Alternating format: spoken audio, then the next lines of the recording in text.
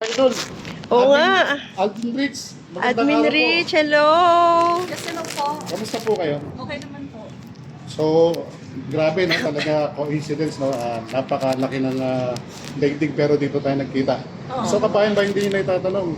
Si Admin Rich sa po itong ambatigan at talagang Talagang magaling lumalaban. sa opinion para sa ating bansang Pilipinas. Oo, lumalaban talaga sa ang karapatan ng mga Pilipino. Pinaglalaban niya rin ang ating Pangulo. So, idol ko to si Admin Rich. Oo. Idol, meron bang, pwede bang magtanong, ano lang medyo hindi naman malalim. O sige, basta wag yung mathematics. Okay. Ano po masasabi niyo sa sitwasyon ngayon na katatapos lang na mga kaliwat kanan na rally, protesta? So ano po masasabi niyo? Okay naman po kasi si BBM pa rin ang Pangulo. Sa kabila po ng lahat na kanilang pagpapabagsak sa ating Pangulo, since naupo po si BBM noong 2022, ngayon ay hindi po sila nagtagumpay. Napakarami na nilang ginawa ng mga destabilization pero hindi sila nagtagumpay dahil ang taong bayan ay nakasuporta sa ating Pangulo.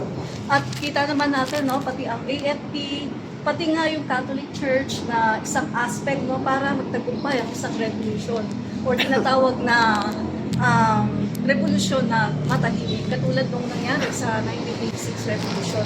Pero eto, sa kabila ng kanilang mga pagpapabagsak sa ating gobyerno, ay si PBBM pa rin. December, ano na ngayon? Oo nga. December 1. Pero si PBBM pa rin ang Pangulo ng Pilipinas. Kaya talagang kahit may mga Muslim sa Mindanao, Sumuporta.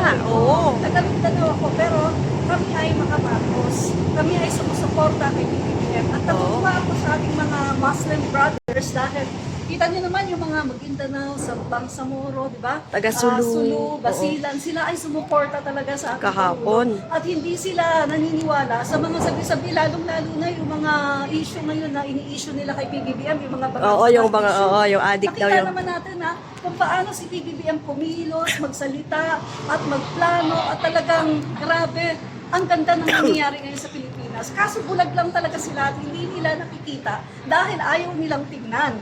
Yes. Sa totoo lang, no, yung sinasabi nila na bagsak yung ekonomiya natin, hindi totoo yun, mag-research sila. Ayoko lang i-discuss dito dahil sobrang mahaba na yun. Mahaba na yun So, ano lang to, kumbaga, in general lang. No? So, maganda po yung nangyayari ngayon sa Pilipinas at kahit na marami pong mga batiko sa ating Pangulo ay talagang full support pa rin. Lalong-lalo na ang Armed Forces of the Philippines na palagi nilang sinasabihan na mag-withdraw ng support sa ating Pangulo. Pero hindi po nangyayari yan. Dahil full support po sila sa ating Pangulo. At mga professional po ang ating AFP. At hindi na po hindi na po kasi kumbaga hindi na pasado sa tao yung mga revolution, mga ganyan. Kasi nangyari na EDSA 1. O after po na nawala si Marcos Sr., ano nangyari sa Pilipinas? Bumanda ba? Wala. Ba yung mga korupsyon? After na napatansik si Joseph Estrada, si Erap, bumanda ba ang Pilipinas? Hindi ba mas lalong nabaon nga tayo at saka dumami pa yung korupsyon. So eto, nakakatuwa dahil meron tayong Pangulo ngayon na talagang siya yung kumbaga nagsiwalat ng lahat ng mga korupsyon na to at siya talaga yung merong guts para kahit na matamaan yung kanyang administrasyon, ay wala siyang pakialam. Basta ang gusto ni PBBM ay talagang masolusyonan. At talagang gumagawa ngayon ng sistema ang gobyerno. Meron na tayong mga transparency portal sa lahat ng ahensya ng gobyerno.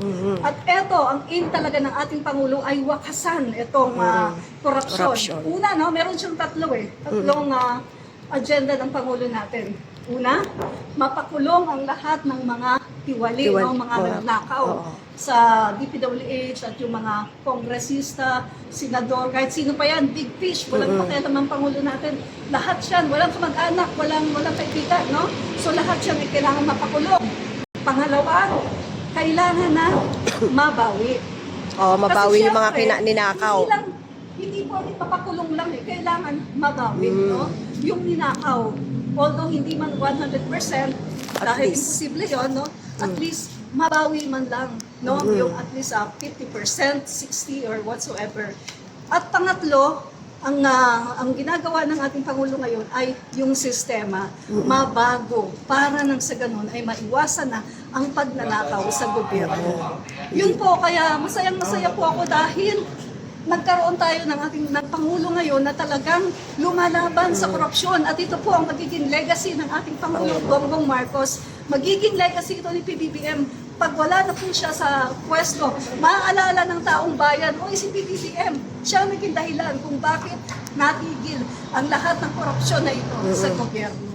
Kaya Ayan. yun po, Ma'am, ano po masasabi nyo dahil sa takbo ng sitwasyon ng mga kabi-kabilang investigation, may mga mamamayan po tayo na naiinip. So ano po masasabi nyo na talagang minamadali nila na talagang mabigyan ng hustisya ang taong bayan para may balik po yung pera sa kaban ng bayan? Ano po masasabi nyo sa mga naiinip nating mamamayan? actually, mabilis na nga po ito eh. Oh, 3 months Kasi tingnan nyo 3 months may nangyari na. O, balikan natin ang 6 na taon. May nangyari ba? Kita nyo naman siguro sa mga video, sa mga records, ang sabi po ng dating Pangulong Duterte, talamak ang korupsyon, ghost flood control project sa DPWH. Sinabi niya yan kahit si Greco Belica, meron daw mga kongresista na involved dito sa nakawan. Ngayon, ang tanong, meron ba sila kahit isang napakulong na kahit isang kongresista? Ni wala nga silang kinasuhan. Ni wala nga silang nabawi. Eto ngayon, 3 to 4 months. Ano na nangyari? May mga accounts na na-freeze, meron ng mga nabawi na mga sasakyan, tapos naka-freeze ngayon yung mga air assets ni Saldico. At nakita niyo naman, may mga nakulong na Warrant. at ongoing may mga nakakasuhan. At sa December, may mga senador na makukulong. So, ano sinasabi nila na ito ay Mabagal. mabagal?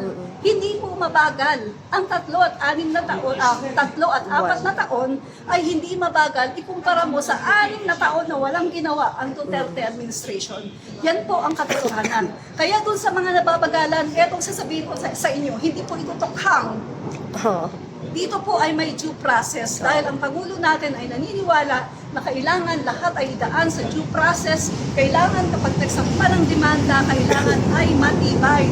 Para nang sa ganun, wala silang kawala. Yun po ang aking masasabi. Ano po napapansin nyo talagang very active ang ating mahal na Pangulong Bongbong Marcos, ano? Talagang from time to time ay nagre-report siya sa taong bayan. Napapansin natin, correct. di ba? Oo. Ano po masabi niyo na very interactive sa ating mahal na Pangulo? Well, tama po yun. Kasi ang sabi nga ng Pangulo natin, siya yung nag-umpisa nito, siya rin ang magtatapos, at siya rin yung nagre-report para alam ng taong bayan kung ano na ang nangyayari ngayon sa ICI investigation. So maganda po ito at natutuwa po ako dahil ginagawa ito ng ating Pangulo. Kung tutuusin, pwede naman niyang i-designate na lang ito sa kanyang mga music, di ba? Pwede naman niya itong i-designate na lang sa kanyang spokesperson. Pero ang Pangulo pa talaga ang nagre-report. Ibig sabihin lang po nito, ang Pangulo natin ay seryoso sa paglaban sa korupsyon at seryoso po siya para ipaalam sa taong bayan kung ano na ang nangyayari ngayon.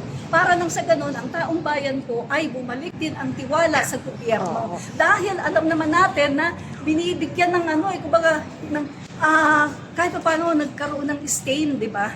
Dahil sa mga paninira na ginagawa ng ibang kampo. Alam niyo na kung sino yan.